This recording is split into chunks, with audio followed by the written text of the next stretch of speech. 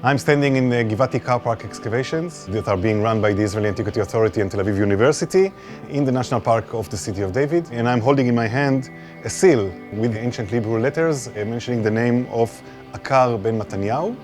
And I'm standing in the room where this seal was actually found on the floor in the destruction of Jerusalem in 586 BCE.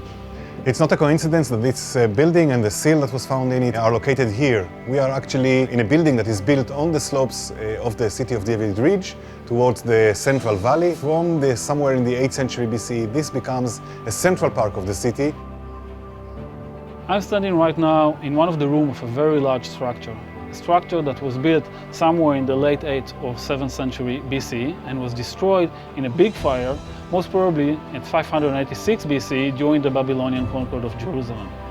The room was preserved and it was filled with the destruction, most probably of the second floor above it. What you can see behind me, for example, stones from the walls of the second store, burnt beams, and pottery vessels that was probably in the house when it was destroyed.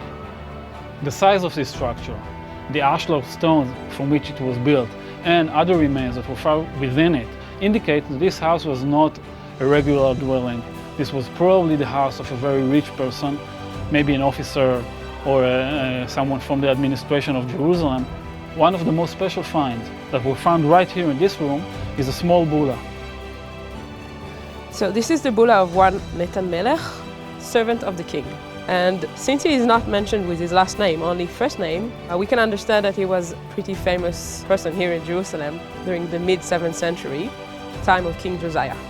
Now this name, Natan Melech, is mentioned in the Bible only once, in the second book of Kings, where he is mentioned as an official of King Josiah, in a story about the famous religious reforms of King Josiah, who removed the horses that the former kings of Judah dedicated to the sun.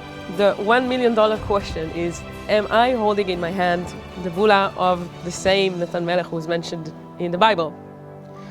Well, I can never say that for certain, but what I can say is that there is an overlap in three things. First, the name Natan Melech, which is rare. Second, the period. We're talking about the mid-7th century BCE, King Josiah. And third, the fact that we have the title. So Natan Melech was someone who was close to the king.